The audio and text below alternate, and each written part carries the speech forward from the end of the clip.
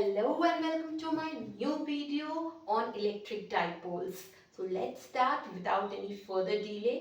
Already हम last lectures में देख चुके हैं what is electric field and we have solved few numericals about the electric field. In this particular video we are going to discuss about electric dipole and electric dipole moment, and also we will be finding the electric field at various points because of the electric dipole. So अभी तक हम क्या कर रहे थे कि एक particular charge की वजह से इलेक्ट्रिक फील्ड किसी पर्टिकुलर पॉइंट पे निकाल रहे थे या फिर सिस्टम ऑफ चार्जेस की वजह से निकाल रहे थे। तो अब हम क्या करेंगे, एक डाइपोल की वजह से निकालने वाले हैं। तो सबसे पहले बात करते हैं, समझ लेते हैं कि what is an electric dipole. तो इलेक्ट्रिक डाइपोल का मतलब क्या है? डाई का मतलब होता है टू एंड पोल्स तो आप समझ ही रहे हैं। तो टू पोल्स, अब system which are having two poles. What poles?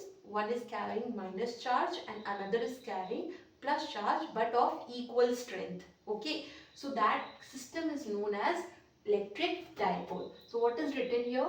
Pair means two. Okay, pair of equal and opposite, मतलब एक प्लस होना है और दूसरा माइनस होना है, वैल्यू दोनों की सेम हो सकती है। They are separated by a small distance, यानी एक माइनस चार्ज लिया हमने, दूसरा प्लस चार्ज लिया, दोनों की वैल्यूज क्यू ही है, ठीक है, सेम है, और उनके बीच में कुछ डिस्टेंस लेके हमने 2a, ठीक है, ये आप r भी ले सकते हैं, 2r भी ले सकते हैं, depends on you. Different books में डिफरेंट दिया है। तो इस टाइप ऑफ सिस्टम को हम क्या बोलते हैं? इलेक्ट्रिक डाइपोल बोलते हैं। अब हम बात करेंगे इलेक्ट्रिक डाइपोल मोमेंट की। इलेक्ट्रिक डाइपोल मोमेंट का जो सिंबल होता है that is written by small p।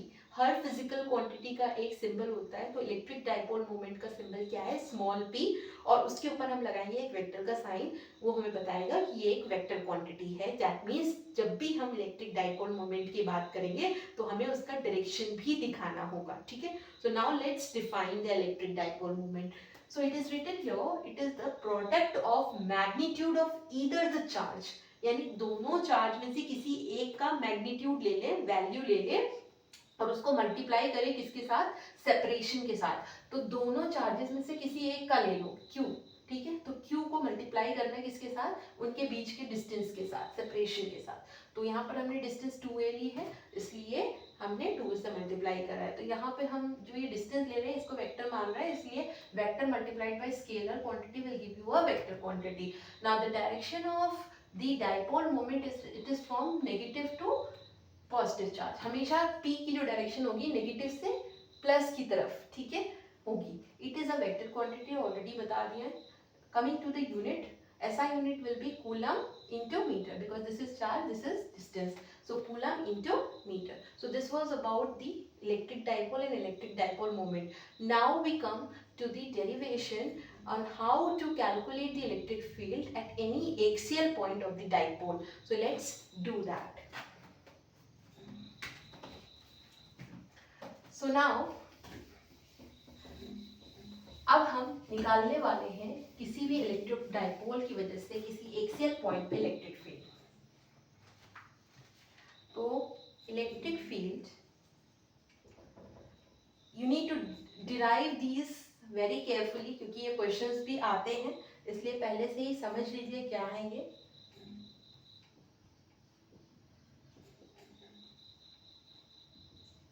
Okay, so we have over here a system of dipole which is minus q over here and another plus q over here, and the separation between them is 2a. Okay, and there is a midpoint over here. Let us name this midpoint as O. ये O point जो है दोनों charges के mid point को बता रहा है। तो अगर टोटल डिस्टेंस 2 है और ये मिड पॉइंट है, तो यहाँ पर ये डिस्टेंस हो गई a और ये भी डिस्टेंस हो गई कितनी? a, ठीक है। अब हम क्या करेंगे, हमें एक्सियल पॉइंट पे पता करना है। ये एक्सिस है, इसके अलोंग कहीं पर भी, ठीक है। तो इस एक्सिस में आपको कहीं पर भी आपको इलेक्ट्रिक फील्ड पता करनी है। तो let us say we have to find the electric field at point P, ठीक है। तो हमें ये कंसिडर करना पड़ेगा कि P पॉइंट पे इलेक्ट्रिक फील्ड कितनी हो रही है, कितना इलेक्ट्रिक फील्ड है। तो पहले हम P पॉइंट पे इलेक्ट्रिक फील्ड निकालेंगे माइनस Q की वजह से, फिर हम P पॉइंट पे इलेक्ट्रिक फील्ड निकालेंगे प्लस Q वजह से। तो हमें पता होना पड़ेगा कि माइनस क्यू से पी पॉइंट की कितनी डिस्टेंस है और प्लस क्यू से पी पॉइंट की डिस्टेंस कितनी है। तो हम उसके लिए क्या करेंगे, मिडिल पॉइंट ओ से पी तक की जो डिस्टेंस है उसको हम आर मान लेंगे। तो ये हमने आर मान लिया, ठीक है। अब हम क्या करेंगे, इलेक्ट्रिक फील्ड फाइंड करेंगे बिकॉज ऑफ माइनस क्यू, यानी प्लस क्यू को भूल जाइए, माइनस क्यू ध्यान रखिए और पी पॉइंट पे पता करना है। तो पी पॉइंट पे एक टेस्ट चार्ज को रख दीजिए, वो टेस्ट चार्ज पॉजिटिव है, ये माइनस है, तो किधर की तरफ इलेक्ट्रिक फील्ड होगा, positive will be attracted by minus, तो it will come towards left side. So this will be electric field due to minus q charge. We will write it like this. Okay. Similarly, minus Q को भूल जाइए, plus Q को याद रखिए। Plus Q की वजह से electric field at P point, ये प्लस है, यहाँ टेस्ट चार्ज भी प्लस है, प्लस और प्लस रिपेल करेंगे, दूर भागना चाहेगा, इधर जाएगा। तो this will B electric field due two plus Q charge. दोनों का रिप्रेजेंटेशन हमने दिखा दिया ताकि आपको कंफ्यूजन ना हो। अब दोनों इलेक्ट्रिक फील्ड्स का डायरेक्शन तो हमने देख लिया, अब उनको मैथमेटिकली लिख लेते हैं। तो if we are going to write the direction, the value of minus q electric field, then it will be equal to k times, किसकी वजह से लिख रहे हैं, माइनस q, यानी वैल्यू क्या है, q है ना, तो q की वैल्यू लिख देंगे यहाँ पर, डिवाइडेड बाय डिस्टेंस का स्क्वायर। कहाँ से डिस्टेंस लेनी है, माइनस q की बात कर रहे हैं, तो यहाँ से लेकर के यहाँ तक की डिस्टेंस देखनी है, लेकिन हमको तो सिर्फ ये डिस्टेंस पता है, तो क्या करेंगे, इस डिस्टेंस r में हमने a को ऐड कर दिया, तो हमें यहाँ से लेकर यहाँ तक की टोटल डिस्टेंस मिल जाएगी। That means we have to add r with a distance. So I will write r plus a and इसका क्या करना है, हमको स्क्वायर करना है। Further I have to write the direction also, क्योंकि ये तो सिर्फ वैल्यू की बात होगी, डायरेक्शन भी करनी है। तो डायरेक्शन के लिए क्या करेंगे, ऑलरेडी मैं बता चुकी हूँ कि डाइपोल मोमेंट का जो डायरेक्शन होगा वो माइनस चार्ज से प्लस चार्ज की तरफ होगा। तो अगर हम डाइपोल मोमेंट का यूनिट वेक्टर लिखते हैं तो इसकी डायरेक्शन किधर होगी, इधर की तरफ होगी। और माइनस क्यू की वजह से जो भी इलेक्ट्रिक फील्ड आ रहा है वो किधर आ रहा है, इन दी ऑपोजिट डायरेक्शन। तो पी की डायरेक्शन राइट साइड है और ऑपोजिट डायरेक्शन में इलेक्ट्रिक फील्ड को लिखना है, तो हमें क्या करना होगा, यहाँ पे लिखना होगा माइनस पी कैप। क्या बता रहा है, यूनिट वेक्टर। ओके, इस डायरेक्शन में नहीं जाना, हमें किधर जाना है, इधर, क्योंकि ये एरो इधर पॉइंट कर रहा है लेफ्ट साइड में, तो यहाँ में हमने क्या लिख दिया, माइनस पी। इसी तरीके से हम प्लस क्यू के लिए देख लें इलेक्ट्रिक फील्ड, सेम प्रोसेस को, के टाइम्स किसकी वजह से देख रहे हैं, क्यू की वजह से, तो यहाँ क्यू लिख दिया, साइन नहीं लगाना है हमको, इसलिए ऐसे ही लिखेंगे। और प्लस क्यू का डिस्टेंस यहाँ का कहाँ से देखना है, पी तक, तो यहाँ से लेकर यहाँ तक की डिस्टेंस क्या कैसे देखेंगे, ये टोटल r में से हमने इतना माइनस करा तो हमको यहाँ से डिस्टेंस p तक की मिल गई, तो कितना मिला, r माइनस a, ये डिस्टेंस का स्क्वायर कर देना है और फिर इसका डायरेक्शन लिख देना है विद द यूनिट वेक्टर। ठीक है, तो डायरेक्शन के लिए देखिए प्लस क्यू का डायरेक्शन किधर है, जिधर p का डायरेक्शन, तो हम यहाँ लिखेंगे p cap without any minus sign. तो ये दोनों हमारे इलेक्ट्रिक फील्ड्स आ गए because of all the each charges at P point. अब हमें टोटल इलेक्ट्रिक फील्ड निकालना है पी पॉइंट पे, तो total electric field at P point that will be counted as axial electric field that will be equal to the sum of both the electric fields. So I will just add both the electric fields. I will write the values of both of them and just simply add it. So let us write that E axial, it is given by E plus Q is given by KQ upon R minus A whole square P cap plus KQ upon R plus A whole square minus P cap. ठीक है, अगर मुझे minus sign को यहाँ पे रखना है तो मैं रख सकती हूँ, प्लस और माइनस मिलके माइनस बना देगा। के और क्यू दोनों कॉमन है, तो हम कॉमन टर्म्स को बाहर ले लेंगे। ठीक है, so I am just going to rub it. तो आप देखिए E axial that is equal to, K Q को बाहर ले लीजिए, अंदर में बच गया 1/r माइनस ए का होल स्क्वायर, ये माइनस ये प्लस है तो माइनस बन जाएगा, 1/, इस तरफ बच गया r प्लस ए का होल स्क्वायर, और ये जो p है ये भी कॉमन था तो हमने बाहर ले लिया p कैप को। ठीक है, अब आप सिंपली इसको सॉल्व कर लीजिए। जब आप इसको सॉल्व करेंगे तो ऑटोमेटिकली आपको आंसर मिल जाएगा, के क्यू क्रॉस मल्टीप्लाई कर दीजिए, r प्लस ए का whole square into 1 minus R minus A का whole square into 1 upon R minus A का whole square into R plus A का होल स्क्वायर। ये हो जाएगा आपका पी कैप। फर्दर आप इसको कैलकुलेट कर लीजिए, ए प्लस बी और ए माइनस बी का फॉर्मूला लगा के it will become R square plus A square minus 2a into R minus R square plus A square minus 2a into R, ये plus हो जाएगा डिवाइडेड बाई ये multiply होने के बाद मिलेगा R square minus A square का whole square और ये हो जाएगा पी कैप। अब यहाँ पे जो भी टर्म्स कैंसिल हो रहे हैं उनको कैंसिल कर दीजिए। अब देखिए ये माइनस साइन अंदर जाएगा तो माइनस आर स्क्वायर बन जाएगा, ये प्लस माइनस बन जाएगा और ये प्लस बन जाएगा जब अंदर जाएगा तो ब्रैकेट खोल देंगे, ठीक है। तो ये माइनस आर स्क्वायर इस प्लस आर स्क्वायर के साथ कैंसिल हो जाएगा, इसी तरीके से ये भी कैंसिल हो जाएगा तो ये दोनों ऐड हो जाएंगे तो ई एक्सियल क्या मिलेगा हमको, K Q 4AR divided by R square minus A square का होल स्क्वायर पी कैप, ठीक है। अब यहाँ पर एक देखने वाली बात है, इस 4 को हम 2 इंटू 2 लिख सकते हैं, वो हम क्यों लिख रहे हैं अभी पता चल जाएगा आपको। तो के क्यू इंटू 2a मतलब ये 4 है ना, इसको 2 इंटू 2 लिख दिया, एक 2 को इधर लिख दिया दूसरा 2 यहीं रहने दिया, ठीक है।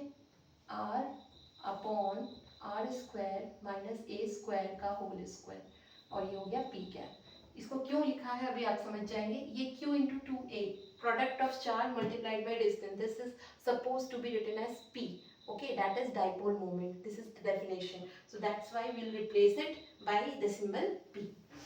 So what you will get ultimately is for axial points the electric field now comes out to be 2kp r upon R square minus A square whole square P cap, ठीक है। So this will be the magnitude and this will be the direction. So where is the resultant electric field pointing, the resultant is pointing towards the direction of P, okay. So this will be the formula, general formula for finding the electric field at point P. Now इसी में अगर हम एक assumption कर दें, क्या assumption कर दें कि जो ये हमारा इलेक्ट्रिक फील्ड फाइंड करने वाला पॉइंट है ना P, ये बहुत ही ज़्यादा दूर है, यानी if R is very much larger than A, in that case this formula will reduce something like this, A E axial 2kp R upon ये बन जाएगा, A को निगलेक्ट कर दिया, ये हो जाएगा R to the power of 4, तो एक R कैंसिल हो जाएगा ऊपर नीचे से, तो ये बन जाएगा R क्यूब, ठीक है, और ये बन जाएगा पी कैप। तो ये आ गया आपका फॉर्मूला एक्सियल पॉइंट पे इलेक्ट्रिक फील्ड का। We have to learn this one, this is very very very important.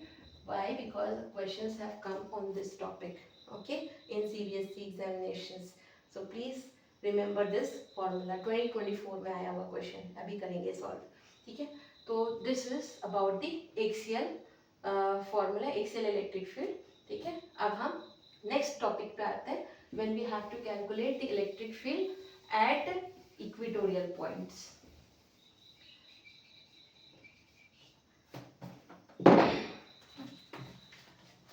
Equatorial point, ठीक है। तो इक्वेटोरियल पॉइंट पे अगर हमको इलेक्ट्रिक फील्ड निकालनी है तो हम कैसे निकालेंगे, ये एक चार्ज लिया माइनस क्यू और हमने एक चार्ज लिया यहाँ पे प्लस क्यू, और दोनों के बीच का डिस्टेंस हमने देख लिया 22a है, और इनका जो सेंटर है वो कितना है, O है, और यहाँ से ये हो गया A डिस्टेंस, और यहाँ से ये डिस्टेंस हो गया A डिस्टेंस, इसको हमने A नाम दे दिया, इसको हमने B नाम दे दिया, ठीक है। तो हम क्या करना चाहते हैं, अब हम एक्सियल लाइन पे नहीं चाहते हैं, हम किधर चाहते हैं, अलोंग दी इक्वेटोरियल। तो ये जो डिस्ट्रीब्यूशन है इस लाइन पे, इसको हम इक्वेटोरियल एक्सिस बोलेंगे, और इस पे कहीं पर भी हमको क्या पता करना है, किसी भी पॉइंट पे हमको इलेक्ट्रिक फील्ड पता करना है। तो लेट अस से हमने P पॉइंट पे इलेक्ट्रिक फील्ड पता करना चाहा, और ये P पॉइंट हमारे सेंटर से कितनी दूरी पे स्थित है, R, ठीक है, this is the R distance, ठीक है। तो अब हम क्या करने वाले हैं, यहाँ P पॉइंट पे इलेक्ट्रिक फील्ड फाइंड करेंगे बिकॉज ऑफ माइनस क्यू। तो हमें जहाँ पे पता करना वहाँ से हमें सोर्स चार्ज को कनेक्ट करना पड़ेगा, तो इस लाइन के अलोंग पता करना है हमको, ठीक है। तो ये माइनस चार्ज है, यहाँ पे प्लस बैठा रहेगा तो किधर एक्सपीरियंस करेगा फोर्स टुवर्ड्स दिस साइड, इसको हम लिख देंगे ई माइनस क्यू। ठीक है, ऑलरेडी कर चुके हैं ऐसा क्वेश्चन हम लोग, तो प्रॉब्लम नहीं होनी चाहिए। ठीक है, इसको मैं रब कर देती हूँ फॉर द टाइम बिंग। देन इसी तरीके से प्लस की वजह से हमको पता करना है, तो ये हो जाएगा हमारा line joining the point where we have to find the electric field with the source charge. तो प्लस की वजह से ये रिपेल करेगा, तो इसके अलोंग ये लाइन है, तो ये हो जाएगा हमारा ई प्लस क्यू। ठीक है, ठीक है, तो ये हो गया हमारा ई प्लस क्यू। अब सिंस ये वैल्यू क्यू की सेम है, ऊपर से ये जो डिस्टेंस है ये भी दोनों के लिए सेम है, तो दोनों के मैग्नीट्यूड क्या होंगे, सेम ही होंगे, तो रिजल्टेंट भी हम उन दोनों को ऐड करके देख सकेंगे। तो इसके पैरेलल हम यहाँ पर लाइन बनाएंगे और इसके पैरेलल हम यहाँ पर लाइन बनाएंगे और हमें रिजल्टेंट मिल जाएगा अलोंग दी डायगोनल ई।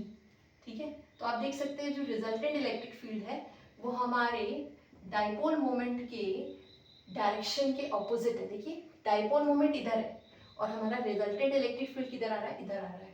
ठीक है, दोनों ऑपोजिट डायरेक्शन है, यानी एक बात तो तय है कि जो भी हमारा इलेक्ट्रिक फील्ड आएगा फॉर इक्वेटोरियल पॉइंट्स जो भी आएगा, मैग्नीट्यूड जो भी हो, लेकिन माइनस पी कैप की डायरेक्शन में आएगा। ये तो आप समझ ही गए होंगे। तो अभी हम कैसे कैलकुलेट करेंगे इसको, ये देखिए। तो पहले हम निकालेंगे ई माइनस क्यू। ठीक है, ई माइनस क्यू निकालते हैं, लेट्स सी। के टाइम्स किसकी वजह से, माइनस क्यू, यानी क्यू। यहाँ से यहाँ तक की जो डिस्टेंस है ये कैसे पता करेंगे, तो इसको पता करने के लिए इसको 90 मान लीजिए, इसको थीटा मान लीजिए, तो ये हो गया ए स्क्वायर, ये हो गया R square. R square plus A square under root में देगा तो इसका under root R square plus A square आ जाएगा डिस्टेंस, उसको होल स्क्वायर करना है तो ये हो जाएगा R square plus A square. ये आ गया वैल्यू, और हमें डायरेक्शन देखनी है तो किधर से किधर है, पी से ए की तरफ, तो हम लिख देंगे पी ए कैप। ऐसे ही ई प्लस क्यू देखिए, सेम चीज, के क्यू अपॉन यहाँ से यहाँ तक की जो डिस्टेंस है hypotenuse square is equal to perpendicular square plus base square, तो ये हो जाएगा R square plus A square. और ये डिस्टेंस, ये जो डायरेक्शन है किधर से जा रही है, टुवर्ड्स बी टू पी, तो बी पी। ठीक है, तो ये हमने दोनों को लिख लिया। अब हमें इक्वेटोरियल निकालना है। इक्वेटोरियल निकालने के लिए हम दोनों की वैल्यूज लेंगे। आप दोनों तरीके से कर सकते हैं, या तो आप रिजल्टेंट वाला फॉर्मूला लगा लें, या फिर आप ये भी कर सकते हैं कि ये एंगल थीटा है, ये लाइन देखिए, ये लाइन और ये लाइन एक दूसरे के पैरेलल है और ये ट्रांसवर्स है, ये एंगल थीटा है तो ये भी थीटा हो गया। इसी तरीके से ये लाइन ट्रांसवर्स है तो ये एंगल भी थीटा है, तो इसकी वजह से ये एंगल भी थीटा है। तो आप देख सकते हैं कि जब हम ई प्लस क्यू को, ये जो है ना हमारा वेक्टर है, हम इसमें रिजॉल्व करना चाहते हैं, तो कोई भी वेक्टर अगर ऐसा लिखा है तो इसको रिजॉल्व करेंगे तो एक कॉम्पोनेंट इधर आएगा, एक कॉम्पोनेंट इधर आएगा, और थीटा अगर इधर है, अगर हमारा ई प्लस क्यू इधर लिखा हुआ है तो एक कॉम्पोनेंट जो इधर जाएगा ये ई प्लस क्यू साइन थीटा हो जाएगा, और जो इधर वाला होगा वो हो जाएगा ई प्लस क्यू कॉस थीटा। ठीक है, और ऐसे ही हमारा एक वेक्टर नीचे की तरफ है, इसको तो हमने दो पार्ट्स में तोड़ दिया। ठीक है, ये वेक्टर को हमने दो पार्ट्स में तोड़ दिया, ऊपर और नीचे, ऊपर और ये हॉरिजॉन्टल। ठीक है, ऐसे ही हम ई माइनस क्यू को भी दो पार्ट्स में तोड़ेंगे। ठीक है, एक हो जाएगा वर्टिकल, ये वाला जिसको हम लिखेंगे, ये एंगल थीटा है तो ये हो जाएगा ई माइनस क्यू साइन थीटा, और ऐसे ही इसका एक कंपोनेंट, ये वेक्टर था ना, इसको दो पार्ट्स में तोड़ेंगे, वर्टिकल के अलोंग ये और हॉरिजॉन्टल के अलोंग ये, तो हॉरिजॉन्टल में ये आ जाएगा ई माइनस क्यू कॉस थीटा। तो आप देखेंगे सिंस ई प्लस क्यू ये और ये सेम होता है और साइन थीटा भी सेम ही होगा, तो ये दोनों एक दूसरे को कैंसिल कर देगा, तो सिर्फ और सिर्फ हमारे पास जो वेक्टर आएगा वो इस डायरेक्शन में आएगा, इन दोनों का समेशन। ठीक है, इन दोनों का समेशन आएगा, उसी को ऐड करना है हमको। ठीक है, नाउ लेट्स डू दैट। तो ई इक्वेटोरियल हमारे पास आ गया। जब हम ई इक्वेटोरियल की वैल्यू लिखेंगे तो हम यहाँ लिखेंगे E minus Q cos theta plus E plus Q cos theta along with the unit vector that is minus P cap, ये माइनस पी कैप लिखा हुआ है। ठीक है, तो अब हम ई इक्वेटोरियल की वैल्यू निकालते हैं। तो since I said that both the values, this thing is same, ठीक है, so this thing is same and it has come twice, so I will write 2 times e of minus q cos theta minus p cap. Now you have to write the values. E equatorial, this will be equal to minus 2. You will substitute the value of e की power minus q from above, kq upon r square plus a square. cos theta की value देखिए, ये r है, ये a है, ये theta है, तो बेस अपॉन हाइपोटेन्यूज, ठीक है. तो बेस कितना है, a है, अपॉन हाइपोटेन्यूज कितना है, r square plus a square का अंडर रूट है, याद रखिए, ठीक है. तो ये याद रखना है आपको. तो ये हो जाएगा आपका पी कैप, ठीक है. माइनस साइन ऑलरेडी यहाँ लगा दिया हमने, तो आप लगाने की जरूरत नहीं पड़ेगी. तो अब हम आ जाते हैं यहाँ पे वापस.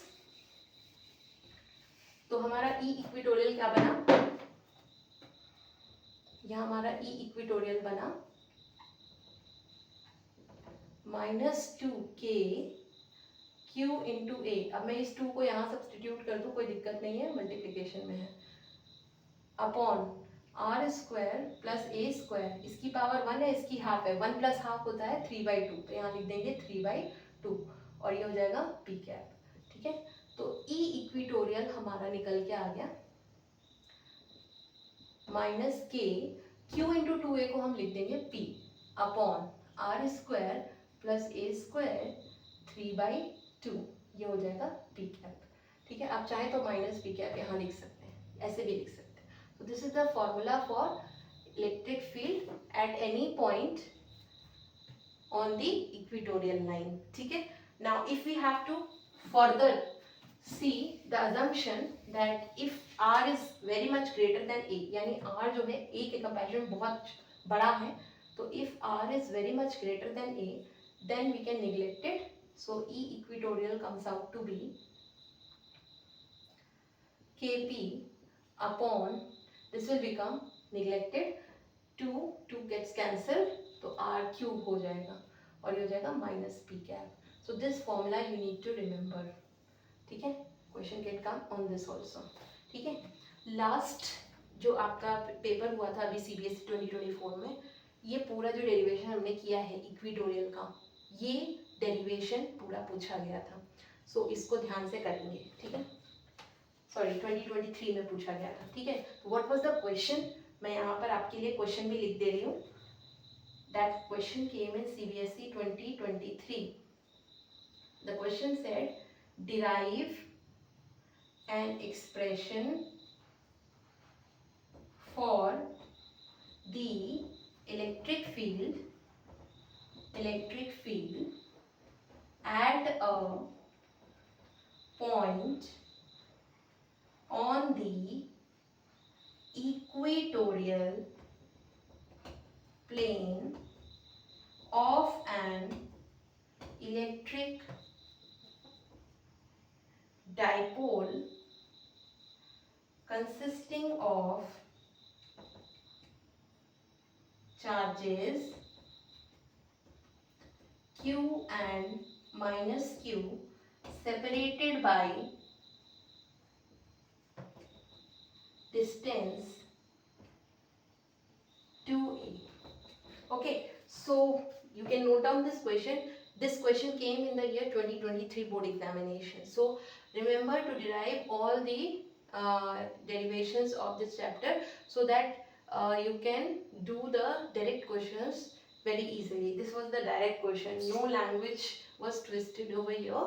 So you should be able to do it if you have enough practice of it.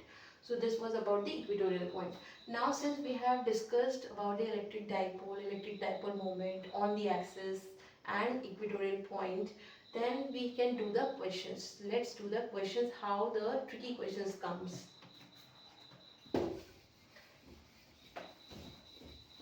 So now let's take up some questions which are MCQs type.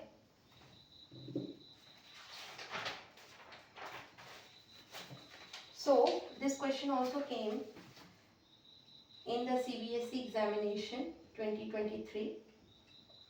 Okay, it said the distance of a far off point on the equatorial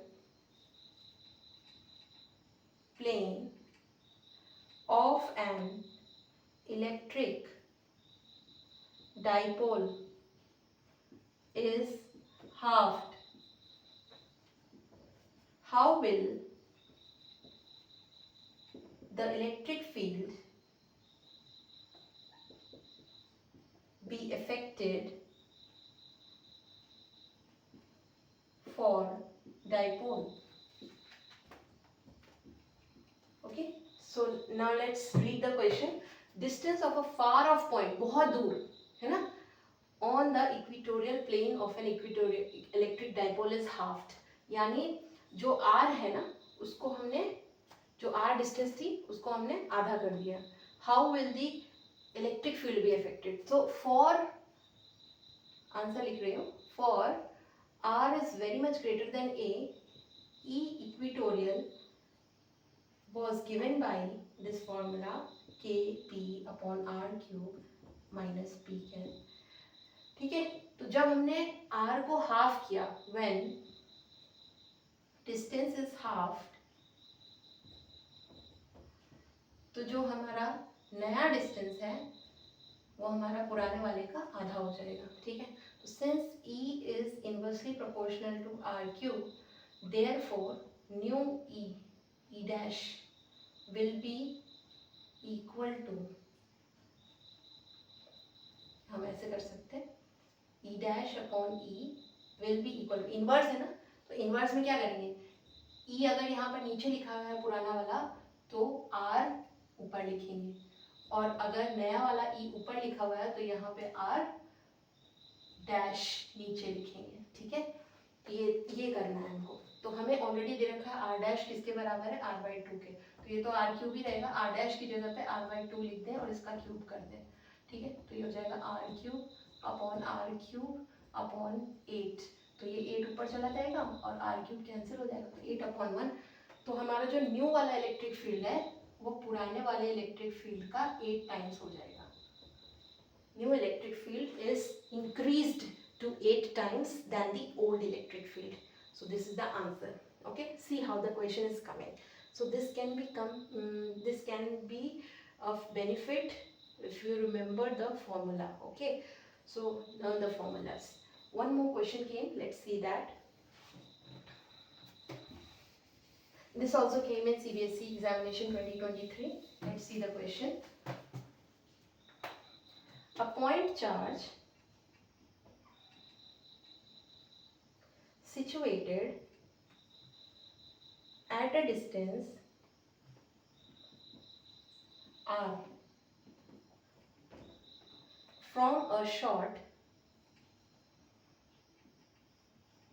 electric dipole on its axis experiences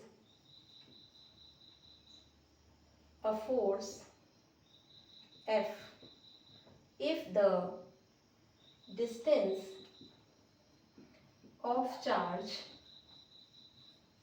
is 2r, then the force on charge will be, question option में है F/16, F/8, F/4 and F/2. तो आप देख सकते हैं question लिखा है कि एक पॉइंट चार्ज है which is situated at a distance r from a short electric dipole on its axis, यानी एक्सियल लाइन पे बात हो रही है. Experience is a force F. ठीक है, F यानी आप समझ जाइए जिस डायरेक्शन में F है उसी डायरेक्शन में इलेक्ट्रिक फील्ड भी होगा. If the distance of charge is 2r then the force on the charge will be. ठीक है, तो F और E दोनों डायरेक्टली प्रोपोर्शनल होते हैं, ये पता है आपको, है ना. ओके, सो हम पहले E की बात कर लेते हैं. तो E at axial point is given by 2 kp upon r cube p cap. So new axial electric field, this will be given by 2 kp. Now what we are doing, we are increasing the distance by double, so r becomes 2r now, so it will become 2r cube, so it will become 8 times. Okay, of the old electric field. It will reduce by 1/8 times. Equatorial में increase हो रहा था, axial में reduce हो रहा है. ठीक है, Since it is reducing, so therefore new force will be equal to F by 8. ठीक है, तो ये चीज बी ऑप्शन हो गया. ठीक है, so this is how the questions will be coming related to this topic. अभी तक हमने इलेक्ट्रिक डाइपोल के जितने भी डेरिवेशंस थे वो कर लिए. अभी हम इलेक्ट्रिक डाइपोल से रिलेटेड जो भी टॉर्क लग रहा है उसके बारे में बात करेंगे, but that will be discussed in the next video and along with the numericals. So मिलते हैं नेक्स्ट वीडियो में. अभी के लिए इतना ही रखते हैं. अगर आपको ये वीडियोस पसंद आ रहे हैं तो प्लीज़ चैनल को लाइक एंड सब्सक्राइब करना ना भूलें. Thank you.